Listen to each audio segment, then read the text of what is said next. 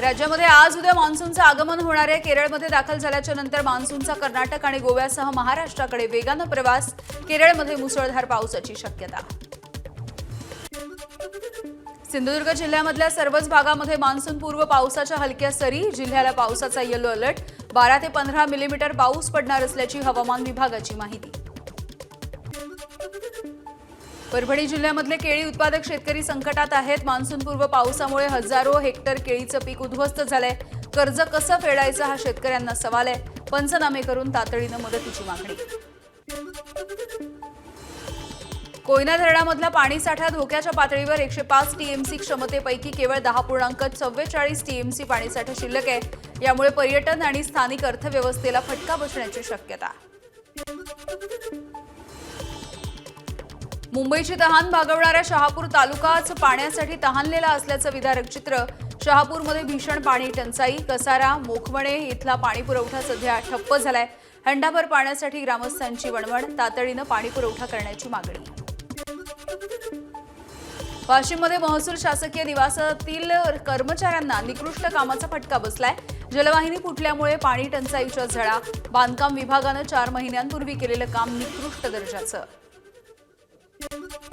गोंदिया जिल्ह्यामध्ये खतांचा मुबलक साठा आहे। गोंदिया जिल्ह्याला 76,000 मेट्रिक टन खताची मागणी शासनानं मंजूर केली। जिल्ह्यासाठी 53,500 मेट्रिक टन खतांचा साठा। शेतकऱ्यांना चिंता करण्याची गरज नाही। जिल्हा कृषी अधीक्षक निलेश कानवडे यांची माहिती। कांदा उत्पादकांसाठी मोठा दिलासा। नाफेडकडून थेट बाजार समित्यांमधून कांदा खरेदीचा निर्णय। कांद्याला प्रति क्विंटल 1,580 रुपयांचा दर। अनेक वर्षांपासून नाफेडनं थेट बाजार समितीमध्ये कांदा खरेदी करावी। शेतकरी आणि लोकप्रतिनिधींची मागणी। नाशिकमध्ये वाढत्या उष्णतेमुळे डाळिंबावरती तेल्या रोगाचा प्रादुर्भाव आढळलेला आहे। बागेवरती केलेला खर्च देखील निघत नसल्यामुळे येवल्यामध्ये 6 एकर डाळिंबाच्या बागेवरती ट्रॅक्टर फिरवण्यात आला। शासनाने नुकसान भरपाई करावी अशी शेतकऱ्यांची मागणी आहे।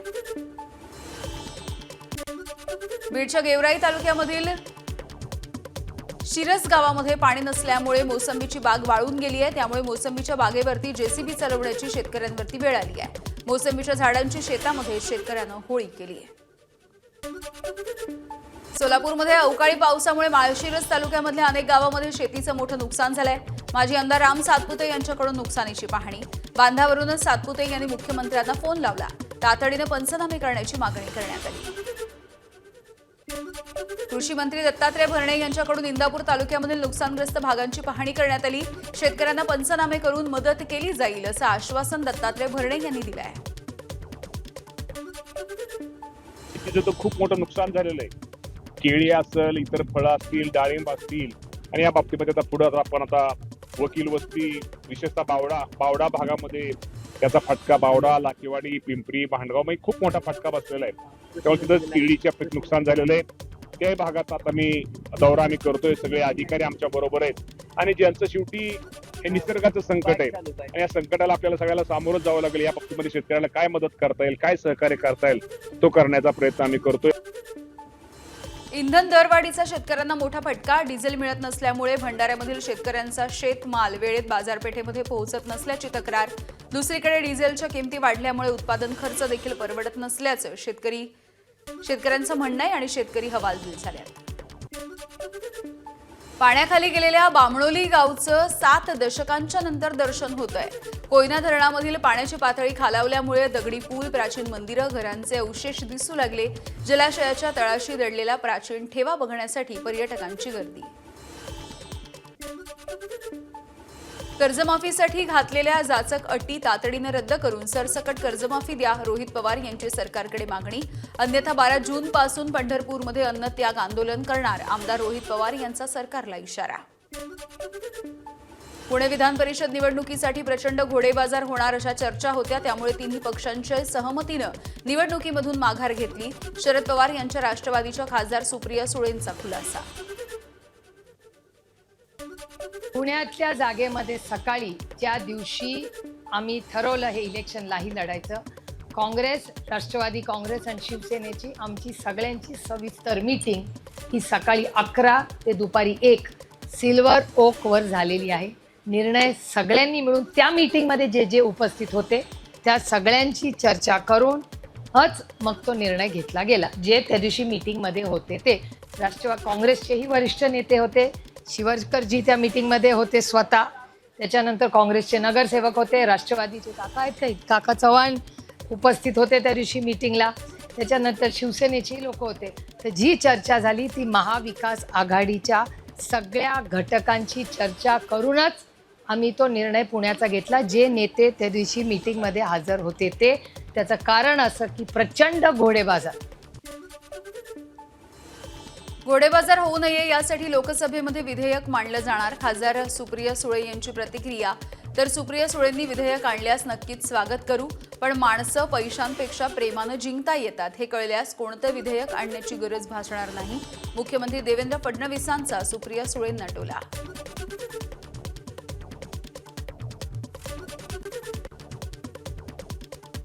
स्वतः सुप्रिया सुळे एक नागरिक आणि लोकप्रतिनिधी म्हणून एक पार्लमेंटमध्ये बिल मूव्ह करतील.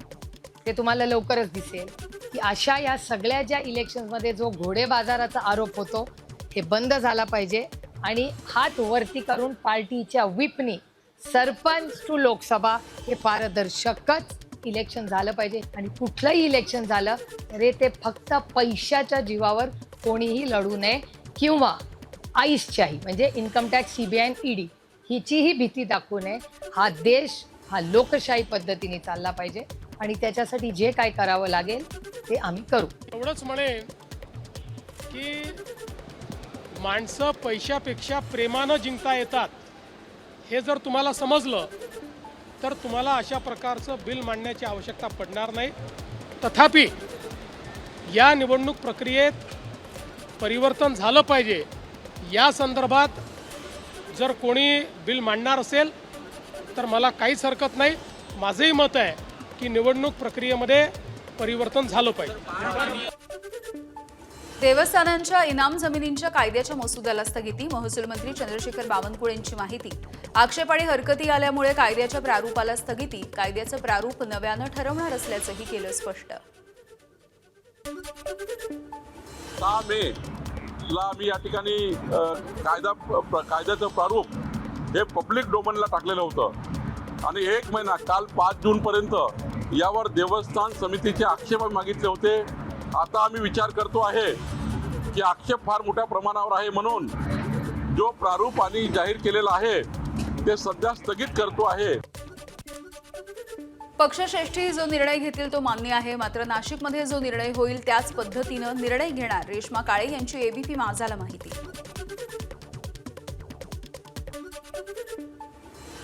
आमचे नेते डॉक्टर श्रीकांत शिंदे साहेब हे जरी जळगाव जिल्ह्याच्या दौऱ्यावर असले मी प्रयत्न केला आहे त्यांना भेटायचं, पण अजून वरून काही निरोप आलेला नाही आहे. कालच गीते साहेब बोलले होते की मी माझा निर्णय ठाम ठेवणार आहेत, मी कोणाचंच ऐकणार नाही असं त्यांचं काल ऐकण्यात आलं न्यूजमध्ये. जर तिथे ते ठाम आहेत तर मी पण माझ्या निर्णयावर शेवटपर्यंत ठाम राहणार आहे. भंडारा गोंदियामध्ये विधान परिषदेमध्ये हाय व्होल्टेज ड्रामा बघायला मिळाला. शेवटच्या क्षणी काँग्रेस उमेदवार दिलीप बनसोडे यांनी उमेदवारी अर्ज घेतला मागे. उमेदवारी अर्ज मागे घेण्यासाठी काँग्रेसकडून कोणताही दबाव नव्हता. दिलीप बनसोडे यांनी हे स्पष्ट केलंय.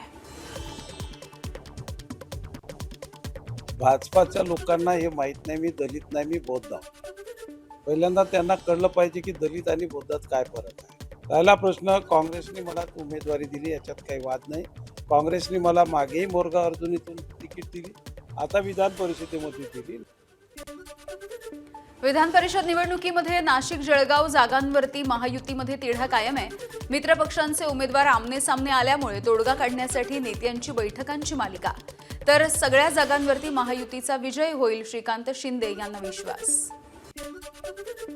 कोकण विधान परिषदेच्या निवडणुकीमधून ऐनवेळी माघार घेणाऱ्या बाळ माने यांचं दुसऱ्या दिवशी सुद्धा स्टेटस चर्चेत आलं.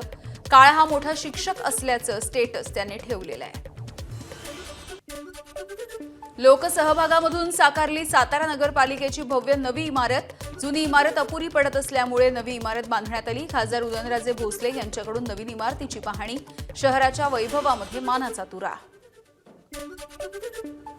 आयुष्मान भारत मिशन महाराष्ट्र समितीच्या अध्यक्षपदी ओमप्रकाश शेटे यांच्या नियुक्तीवरती वादंग.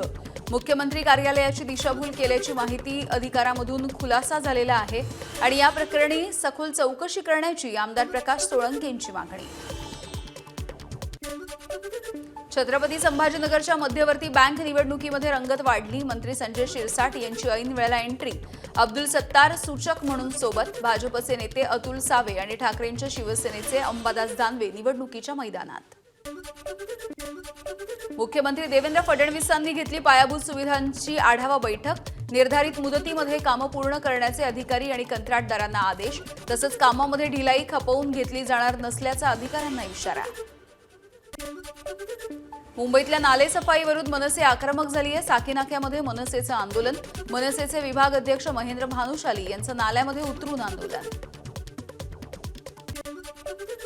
नागपूरमध्ये काँग्रेसचे नगरसेवक गौतम आंबादे यांचं अनोखं आंदोलन. परिसरामधील पाईपलाईनच्या गळतीमधून वाहणाऱ्या पाण्यामध्ये अंघोळ करून महानगरपालिकेच्या कारभाराचा निषेध करण्यात आला.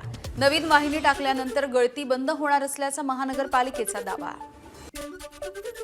मोटेगावकर कोचिंग क्लासेस बंद करा. लातूरमध्ये शिवराज मोटेगावकर याच्या कोचिंग क्लासेसच्या समोर वेगवेगळ्या संघटनांची निदर्शनं. पेपरफुटीमधल्या आरोपींवरती सदोष मनुष्यवधाचा गुन्हा दाखल करण्याची मागणी.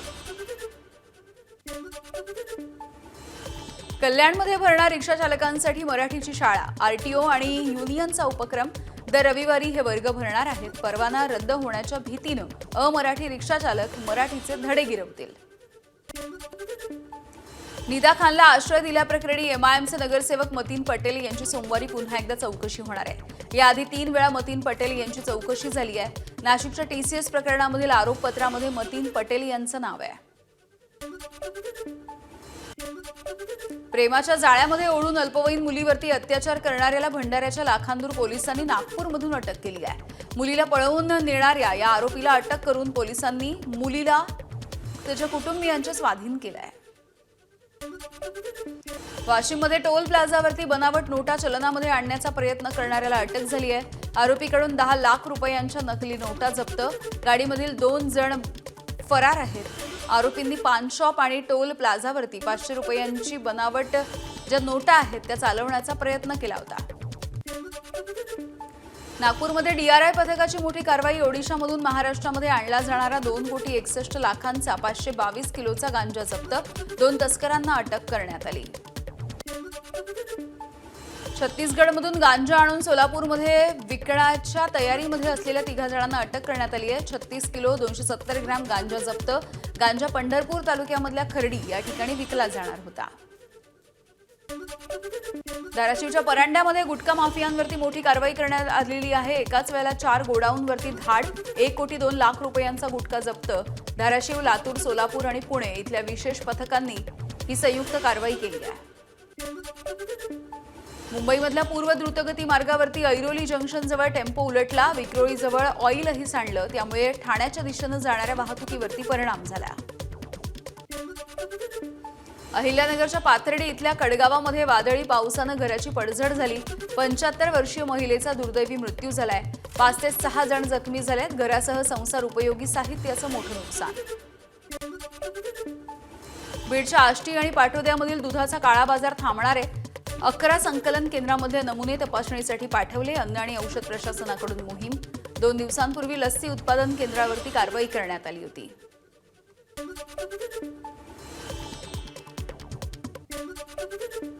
अंबरनाथमध्ये पालिकेच्या समोर कचऱ्याचे ढीग साचले. स्वच्छतेचा प्रश्न ऐरणीवर.